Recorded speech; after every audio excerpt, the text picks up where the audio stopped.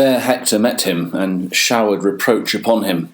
Sinful Paris, beautiful to look upon, seducer and deceiver of women, I wish you had never been born, or had died before you wed.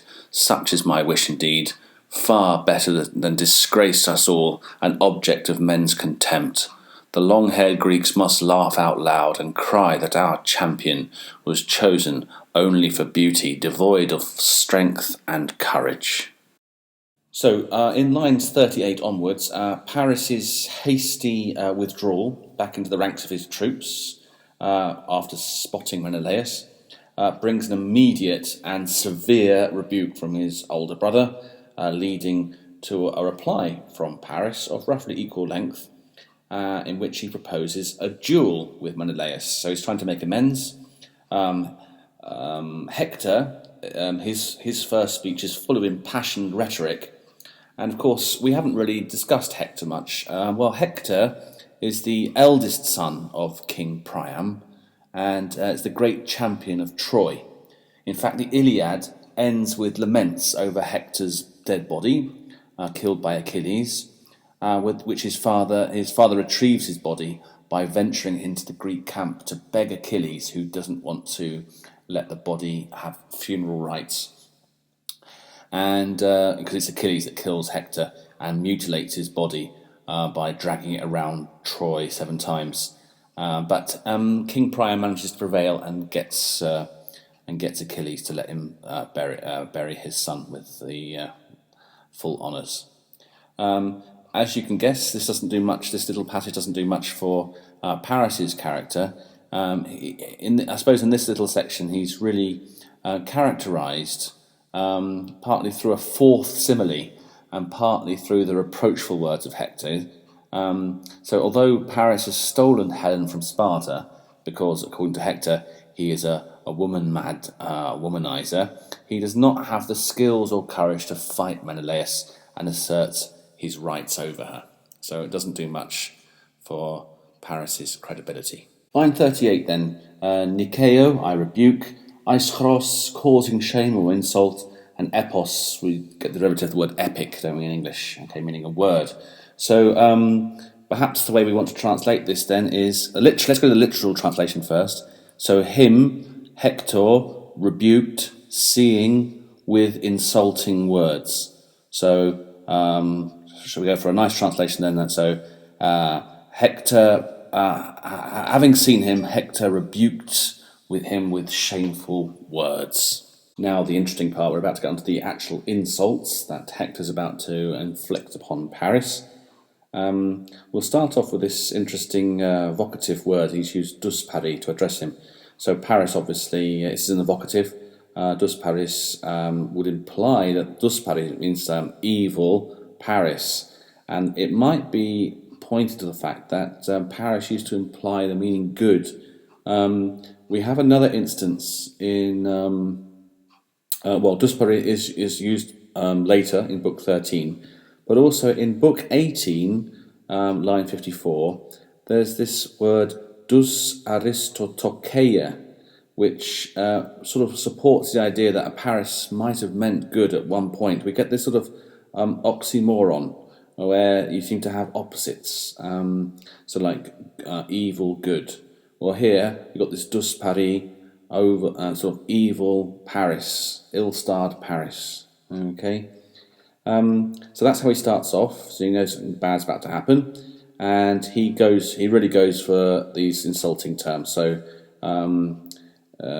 so the insults go that he's beautiful in a not in a sort of like handsome kind of way. He's like effeminate kind of beauty. He's keen on women. He likes hanging out with women, and he's a deceiver. And you have to say, as insults go, these pretty much hit the mark, because on the face of it, they all appear to be pretty true. Right, so let's have a little look at these words in line 39. We've got this word dus paris, evil Paris, ill-starred. This is in the vocative, as we've said. We've got this eidos, which is a neuter word, eidos, Like we have the ending of theoides, appearance. So godlike in appearance, while eidos, appearance. Okay. Gunemanes, if you're manic, you're mad, and if you're a gynecologist, you study doctor of women's health. So guneimanes is woman mad, mad about women. Okay, and the last word is the masculine word heper, heperoputes, which means a cheat. So we've got four of these vocative words packed in the sentence, and there's actually a little pattern here. It goes four, then three, then two. It's in the next couple of lines. So he's going to really pack in the criticisms now. So as usual, we'll go for our literal translation first. So we've got evil Paris, and then eidos adeste, beautiful of appearance, woman mad, and cheat. Okay, a deceiver. And so our nice translation, not much different really. Evil Paris, most fair to look upon. Thou art mad after women, thou cheat, or deceiver, beguiler. Now, having gone in a good few insults right in the first line, I think the standard of Hector's insult definitely drops in the second, because he's going to say that I wish you'd never been born and had died unmarried, but that doesn't really make the second part doesn't really make sense, does it? Okay, we should never been born. That's fine enough, and had died unwed. What? Because he's not wedded, he's not married at the moment, so this is not really the issue, is it? Perhaps if we had wished you'd never been born or had died young or something like that, make a bit more sense. But anyway, there it is. So let's look at these words that we're going to look at. This eithopheles, okay, with an infinitive, which is going to be an aorist infinitive in this case. Would that you had died. So from apolesthai, okay. And we've got two. I think the reason that we've gone for this slightly weird insult is that, of course, you have the nice way of talking about agonos and agamos. So aganos meaning unborn and agamos meaning unmarried. So this probably explains what Homer's up to here. Okay, but still, as insults go, certainly not in the same class as the first line of the previous line. Right, so let's have a little bash at the Greek. So a little translation. So eithopheles with the infinitive apolestan. Would that you had perished, agonos, unborn, or never been. Oh, so I wish you'd never been born and remained unmarried. Okay, literal translation, and of course we just had a better translation, although I'm not really sure it is better, but it's anyway, here we go. So this one was being published in 1924, and it says, would that thou hadst never been born and hadst died unwed.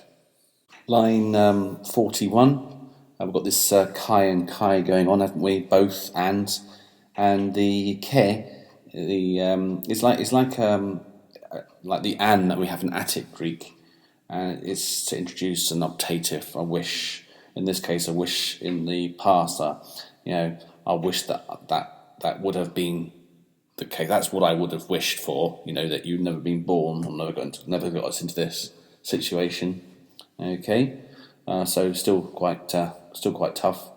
And then he tells us that would have been better than, and of course this he in lines 42 and 43 is going to be the instruction. What would have been better than obviously Paris not having been there? What might they have avoided if that had been the case? So let's have a little look at the literal translation. So got this kai and kai, as we said. So both and the kete bouloimen, as we said, is an optative. That is what I would have wanted or wished for, and it would have been better. with an implied than at the beginning of the next sentence. And it would have been better than. Okay, so there we have it. Line 42 is a good one. We've got this word at the beginning, which means than or rather than. So we just learned in the previous, it would have been much better than or rather than. And we're about to find out what it is. And this, what it is this cause of outrage or disgrace, this lobe. However, in the word that they have in the notes, which I'm putting up on the screen now, hopopsios, which means the cause of suspicion, as they claim here. Well, certainly alone goes with that, amongst others. Okay, but I think that's a bit of a feeble translation. I think what's happened here is that they've gone for Aristophanes' the grammarians, and that his translation of this. He mistook this word for epopsion. Okay, epopsion, which means conspicuous, which is what they seem to have gone for here in the translation. But I think that's a bit feeble, and I think that hyposion is much better translated as a cause of insult or an object of contempt by others. So that's what I'm going to go for if I were you. Okay, so let's have a look at the rough translation. If we look at the text, so we have rather, okay, he, huto, so, loben, which we know means an insult, a cause of outrage or disgrace, okay. Emenai, from being, from infinitive einai, okay, and an object of ridicule or contempt of others. Okay, so perhaps if I took it in with 41 now, so that we can have both 41 and 42 together, it does sort of make perhaps a little bit more sense. Okay, so what I'm going to do now is I'm just going to translate both 41 and 42 together. Okay, so remember, so all that's happened so far is that he's really laying into it, and he says, I wish you had never been born or had died before you got married. Such is my wish indeed, far better than disgrace us all, an object of man's contempt. Okay, or an object of contempt of others. Well, we have something fun in line 43. We've got this word kaghalao, it's a laugh at. It's really to laugh out loud, point your finger, slap people on the back, sort of kind of laugh, okay? Mocking. But we have something quite close in English, not quite the same, but sort of cackle. And the reason I choose that word is because you've got this k sounds in it, and you'll notice in this sentence that not only have we got this kadhalao, but we also got these long-haired Greeks, these kare komoontes. Now, this is a Homeric epithet for long-haired Greeks. Okay, fine. We've got this k sound. Now, we don't have much onomatopoeia in Homer. And of course we have some alliteration, but not normally in a semantic kind of sense. But here we might have perhaps one of these few exceptions. We've got this k laughing at idea, and the long-haired Greeks all laughing at the Trojans because they've got that Wally Paris in charge of them, sort of thing. So it's worth bearing in mind anyway.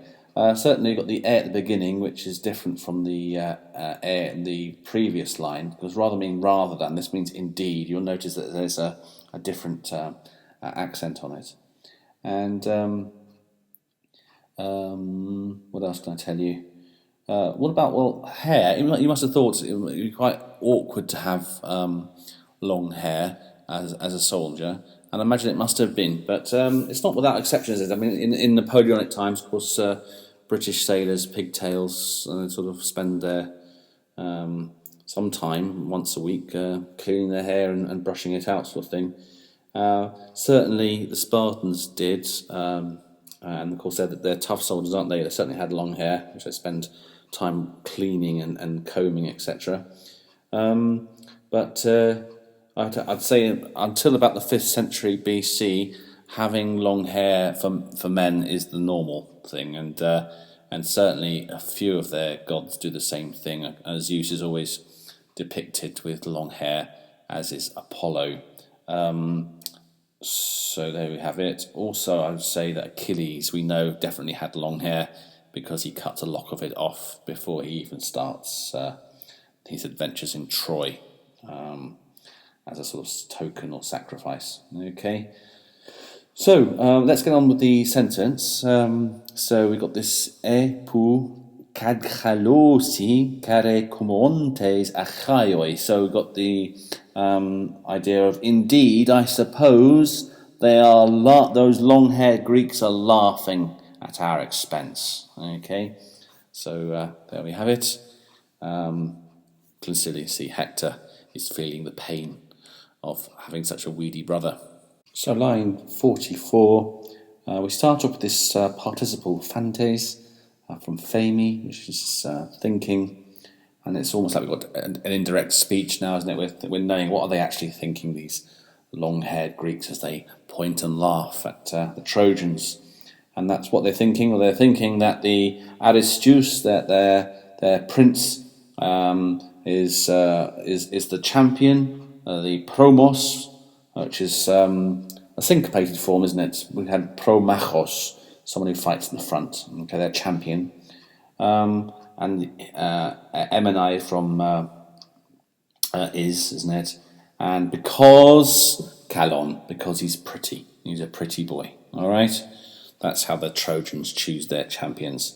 So let's look at the words. So we've got phantes, thinking that their champion, that their prince is a champion, or our prince is a champion because he is Kalon. Beautiful. And line 45, the last one I'll do today, I think. We've got this finishing off the insult. Now, sometimes there's something about Hector that makes me feel that although he's a super good warrior, he might not be the sharpest, tool in the shed, because he always has to spell out exactly what it's mean, even when it's very clear what he means. So he's just castigated Paris, but saying the Greeks are thinking that we've chosen you to be our champion because you're a pretty boy, yeah. And he has to say exactly what he means, then, of course, back it up, just to make sure that Paris is under no doubt. But I think Paris seems quite a devious figure who's quite keenly intelligent, and I'm sure he's worked out exactly what was meant. So we start off with this word eidos, don't we, which means appearance. We've had that. And we've got this other words, bia, or bia in Homeric Greek, which is like valor, or strength, and alke is a sort of similar word, similarly really, courage or strength, alke, sorry. So bie, valor, we'll go for valor, I think. So if we want to translate this sentence, let's do a literal one first. So eidos eps, that's coming from the previous line. Kalon eidos is beautiful of appearance, but not is valor in heart, nor any courage, So it's going together. So they're thinking that the prince is a champion not because his beautiful appearance, and not for any valor in his heart, nor any courage. Okay, that's the idea. I'll just look for the nice translation, but I think you're pretty clear as to what's meant. Okay, so here we come. So verily, methinks, will the long-haired Achaeans laugh aloud, deeming that a prince is our champion, because he has a comely form, while there is no strength in his heart, nor any valour.